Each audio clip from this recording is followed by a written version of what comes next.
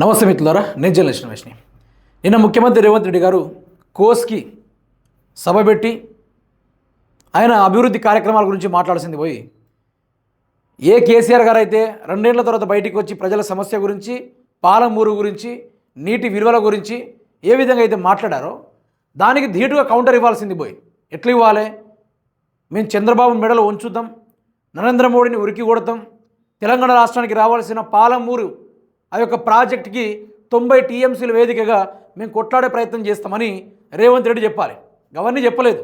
మరి వేదిక మీద ఎక్కి మరి నూతనంగా సర్పంచ్లు అభ్యర్థులు ఎన్నికయ్యారు, మరి వాళ్ళకి నేను ఫండ్ ఇస్తానో, లేకుంటే నిరుద్యోగులు ఉన్నారు వాళ్ళకు ఉద్యోగాలు ఇస్తానో, లేకుంటే ఎన్నో విధాలుగా సమస్యలు మాట్లాడడానికి చాలా ఉన్నాయి. సమస్యల పరంగా మాట్లాడుకుంటే 4.5 కోట్ల ప్రజలు ఉన్నారు, 4.5 కోట్లకు సమస్యలు పైగానే ఉన్నాయి. అవన్నీ మాట్లాడాల్సింది పోయి ముఖ్యమంత్రి రేవంత్ రెడ్డి గారు ఓ పిచ్చికుక్క వరినట్టు, ఓ బజారుడు బొంకినట్టు ముఖ్యమంత్రి స్థాయి అని మర్చిపోయి వ్యక్తిగతంగా నీ అవ్వ, నీ అయ్య, నిన్ను ఊరేసి చంప, నిన్ను మల్లన్న సాగర్లో వేసి అందులో దూకి చంప అనుకుంటూ నానా రకాలుగా అనుచిత వ్యాఖ్యలు గత మాజీ ముఖ్యమంత్రి కేసీఆర్ గారిని దూషించడం జరిగింది. కేసీఆర్ గారు 1:19 మీటింగ్ ప్రెస్ మీట్ పెట్టిండు. ఆ ప్రెస్ మీట్లో ఏ ఒక్క ప్రభుత్వ పెద్దల్ని తిట్టలేదు ఆయన. ఇంత అక్కసా మమ్మల్ని ఇట్లా తిడతారా, ప్రజలు పరిపాలించాల్సింది పోయి ఇంత ఘోరంగా చేస్తారనుకుంటూ కేసీఆర్ గారు నీట్గా పద్ధతిగా 1:19 ప్రజా సమస్య గురించి, పాలమూరు గురించి, తెలంగాణ యొక్క ప్రభుత్వం ఏ విధంగా ఆంధ్ర వాళ్ళకు నీళ్లు ఇచ్చే విధంగా టీఎంసీలో ఎగవేత చేస్తూ ఉన్నారో కేసీఆర్ గారు దాని గురించి క్లియర్గా మాట్లాడారు. మరి ఒక ముఖ్యమంత్రి హోదాను మర్చి, నేను మొన్ననే చెప్పిన ఈ మనిషి వార్డ్ మెంబర్కి ఎక్కువ, ఒక ఓటర్కి తక్కువ అని మాట్లాడే సబ్జెక్ట్ లేదు, ఫస్ట్ చదువు లేదు, ఫస్ట్ ఏమన్నంటే బూతులు మాట్లాడు తప్ప ఒక సబ్జెక్ట్ గురించి మాట్లాడమనండి రాదు, అంత దమ్ము లేదు మాట్లాడడానికి. చదువుకునే రోజుల్లోనే రోడ్లు పట్టి తిరిగితే ఎట్లుంటాయి, గిట్లనే ఉంటాయి రాజకీయాలు, గిట్లే తగలబడతాయి. ఒకసారి ఈయన మాట వినుకునే ప్రయత్నం చేద్దాం మిత్రులారా, ఇక వినండిగా. నువ్వు కాదు కదా నడుముకు రాయి కట్టుకొని ఆడ ఉన్న మల్లన్న సాగర్లో దుంకి చచ్చిపోతావు. మల్లన్న సాగర్ కాకపోతే రంగనాయ సాగర్లో మెడకు తాడేసుకొని ఊరేసుకొని చచ్చిపోతావు. చంద్రశేఖర్ రావు గారు నన్ను గెలకకు, నేను అన్ని చూసిన. ఎక్కడనే నువ్వు అని పాపన వాడు పోతాడు, పోని మనం మంచి పని చేయాలి. దేవుడు శిక్ష ఇచ్చిండు. నేను ప్రమాణ స్వీకారం చేసినాడే కూలబడ్డాడు, నడువిరిగింది. ఇంతకంటే పెద్ద శిక్ష నేను జైలు వేసినా అయ్యేదేం లేదు. ఆయననే ఫామ్ హౌస్ని ఒక బందీఖానగా మార్చుకొని చుట్టూతో నా పోలీసులే ఉన్నారు, లోపల ఆయన ఉన్నాడు. చెర్లపల్లికి పంపించినా, చెంచల్గూడకు పంపించినా గదే అవుతుంది కదా. ఇక తిండి బరువు నాకు ఎక్కువ అవుతుంది. అదొకటి లోపల చెర్లపల్లి చెంచల్గూడ పెడితే ఆయన తిండే తిండికి మళ్ళీ ఆయన ఏదైనా కావాలంటే అడిగిన అయితే సర్కార్కి ఎక్కువ ఖర్చు అవుతుంది. తిండి ఆయన సంపాదించేది విన్నా ఫామ్ హౌస్లే ఒక బందీఖానగా పెట్టుకొని చుట్టూతో మన పోలీసులే పహారా కాస్తున్నారు. ఇక ఆయన చేసిన పాపాలకు ఆయననే పోతాడని ఊరుకున్నాను. నేను ప్రమాణ స్వీకారం చేయడానికి పోయిన రోజే మంచం మీద నుంచి బోర్ల పడి మక్కలు ఎరిగి మూలకు పడ్డాడు.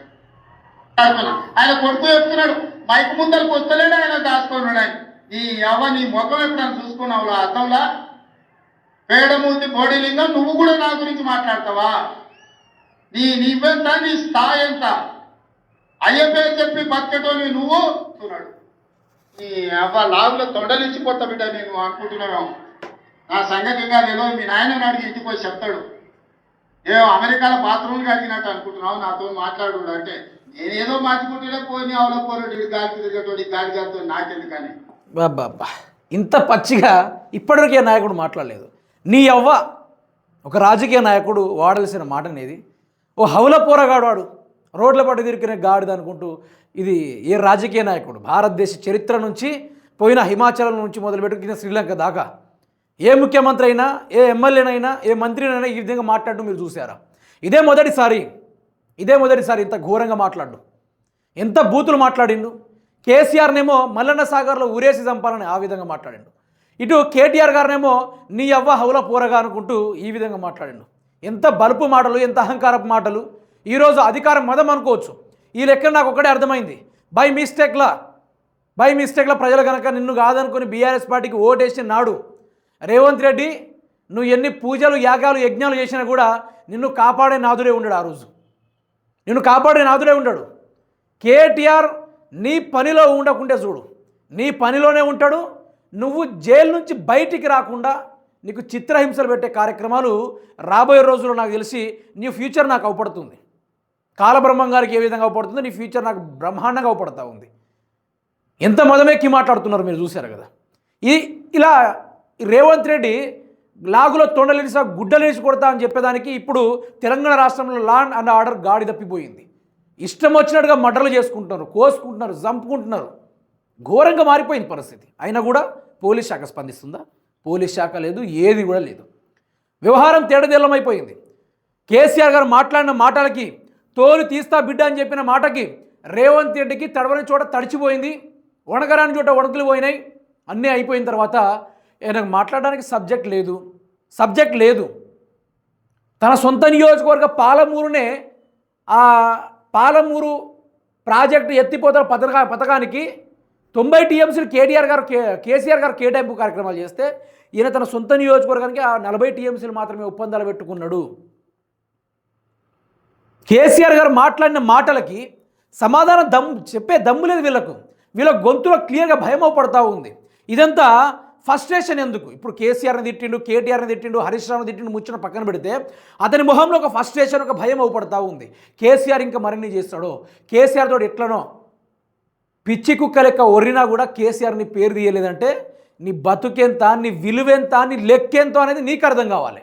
ఇక్కడ కేటీఆర్ లెక్కేందో ప్రపంచ దేశాల్లో ఉన్న మేధావులు మాట్లాడతారు. ఈరోజు భారతదేశంలో ప్రతి నెల 15 నుంచి 20 కంపెనీలు పెట్టుబడుల కోసం వస్తున్నాయట. ఇప్పటికి స్టిల్ అది కేటీఆర్ వల్ల, కేటీఆర్ యొక్క విశ్లేషణ చూసి, కేటీఆర్ గారి వాళ్ళకి యొక్క భవిష్యత్తు మాటల్ని చూసి వాళ్ళు ఇప్పటివరకు స్టిల్ హైదరాబాద్ను విజిట్ చేసి వెళ్ళిపోతున్నారట.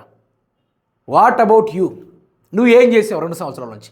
ఏ కంపెనీని తీసుకొచ్చావు? మైక్రోసాఫ్ట్ని తీసుకొచ్చావా? గూగుల్ని తీసుకొచ్చావా? లుల్లు మాల్ని తీసుకొచ్చావా? లేకుంటే ఆ మధ్యలో ఫాక్స్కాన్ అనే కంపెనీ వచ్చింది, దాన్ని కూడా తీసుకొచ్చి ఏం చేసావు? ఉన్న భూములు అమ్ముడు తప్ప చేసింది ఏముంది? ఇవన్నీ తిప్పికొట్టిన తర్వాత ఈయన మొహంలో ఒక భయం, ఈయన ముఖంలో ఒక చాతగానితనం, ఈయన మొహంలో ఇక నా వల్లేం కాదు, ఇక కేసీఆర్ బయటికి వచ్చిందంటే మన పని అయిపోయింది అన్నట్టుగా వీళ్ళ మొహంలోని క్లారిటీగా అవపడతా ఉంది. ఇదంతా ఫస్ట్రేషన్ అయిపోయింది. ఇక పని కేసీఆర్ గారు ఒక మాట అన్నారు. ఇదే విధంగా తిట్టినప్పుడు కేసీఆర్ గారు కేటీఆర్ గారికి ఫోన్ చేశారట. చేసి ముఖ్యమంత్రి అనేటువంటి ఫస్ట్రేట్ అవుతా ఉన్నాడు, వ్యక్తిగతంగా దూషిస్తూ ఉన్నాడు కాబట్టి వాడక్కడే ఫెయిల్ అయిన బిడ్డ, నువ్వు ఎట్టి పరిస్థితుల్లో ఆయన మీద నోరు పారేసుకోకని కేసీఆర్ గారు ఫోన్ చేసి చెప్పారట. యాజ్ ఇట్ ఈస్గా మళ్ళీ ఇక్కడ ఎదావ పడతా ఉంది. ఏం చేయాలో అర్థం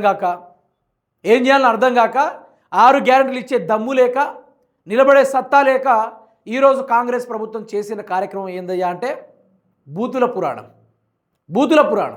కానీ ఇవన్నీ బూతులు మాట్లాడిన తర్వాత నాకు ఒకటి అనిపించింది, పర్సనల్గా కుటుంబాన్ని లాగితే నీ అవ్వానే మాట తీయడం, చెప్పులు అందుకొని కొడతారు తెలంగాణ రాష్ట్ర ప్రజలు. ఇక బీఆర్ఎస్ పార్టీలు అయితే వీపు చినిగిపోయేంత వరకు, వీపు చింతపండు అయ్యేంత వరకు నువ్వు రామరాజు షర్ట్ వేసుకున్నావా, లేకుంటే చేనేత మగ్గంతో వేసిన గుడ్డను వేసుకున్నా లెక్క చూడకుండా చెప్పులతో కొట్టుకుంటూ పోతే బిడ్డ మొత్తం వీపు చింతపండు కావాలన్నట్టుగా తెలంగాణ రాష్ట్ర ప్రజలు బీఆర్ఎస్ పార్టీ శ్రేణులు కొట్టడానికి సిద్ధంగా ఉన్నారు. ఎంత బలుపు మాటలు, ఎంత అహంకారపు మాటలు.